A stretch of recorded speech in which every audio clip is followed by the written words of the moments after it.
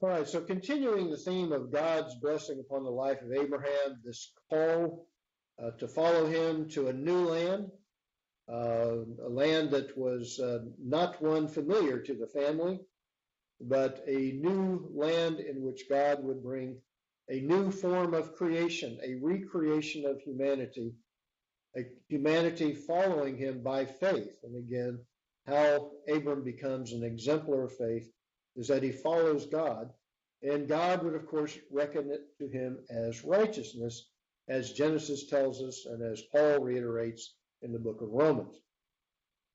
Back to looking at Waltke's commentary, God's gracious plan. Broad new strokes, he describes on page 202, to bless the earth, comes suddenly and brilliantly upon the canvas of sacred history. The Lord has not spoken to his saints since his covenant with Noah, in which he resolved to bless the earth and never again treat it with contempt. Now suddenly his creative word to bless the tribes and nations, which he has scattered. Again, Genesis 10, the table of nations and the background of the Tower of Babel. He has scattered the nations. Languages have emerged. This word of benediction counterbalances his words of malediction against the tower builders. Reciprocally, Abraham, with astounding suddenness, as he describes very illustriously, charges out in obedience and faith. The description of Abram's pilgrimage is structured according to a very selective itinerary, going from Haran to Canaan, featuring Abraham's obedience, his journey from the land and through the land from north to south, featuring important cities like Shechem, eventually moving to the Negev, but highlighting, of course, interacting with God, places of encounter with God that we see at Shechem, later on the hill that's poised between Bethel and Ai, just northeast of Jerusalem, and then finally into the southern reaches of the land, the classical Negev. Each time he builds an altar, worships the Lord, would offer sacrifices and dedication to God, thanksgiving, celebration, consecration.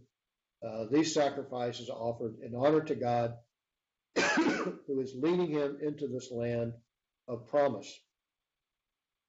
Key words are described, of course, on 203, and simply reiterate one more time as he talks about the fivefold repetition of the word blessing, pointing to the theme of this particular scene. He says there are,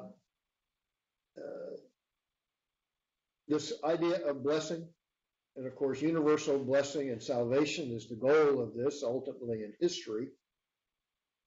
And 5 times this is mentioned, where there are only 5 previous mentions of the word of blessing. But there's also words of blessing and cursing. He talks about the symbolism in the passage, and great 7 movements of symbolism: making great, blessing, being a blessing, but also the aspect of curse, that upon any who would despise, attempt to bring contempt upon Abraham and Sarah, or eventually God's called people, he would bring cursing. And if we're familiar with the curses of later on in Israelite history, the blessings and cursings, like in the book of Deuteronomy, cursing would mean judgment, death, removal from the land, exile. But the initial plan is, of course, God to bless the nations. And so we have that special passage in Genesis chapter 12, in the call of Abraham. God, intent and deliberately, wants to bring blessing upon his special creation, humanity, created in his image, male and female. Abram and Sarah would be the initial couple to bring this new world, this new deliberation, this new exemplary work of God in bringing blessing to his people. He says there's a striking contrast in the bottom of page 203 between Abraham's first migration directed by his father and the pagan family. This one now, which takes place in a solitary response to God's command. Solitary meaning Abram, Sarai, leaving their family, leaving their traditional homeland in Upper Mesopotamia to seek anew the land that God intends to bring that blessing upon this special couple. So again, God's intent to bless.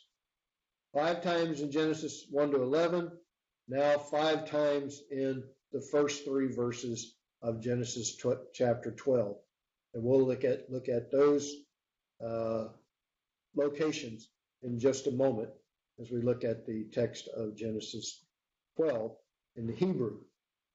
3 nuances of blessing he describes in the middle paragraph on page 205.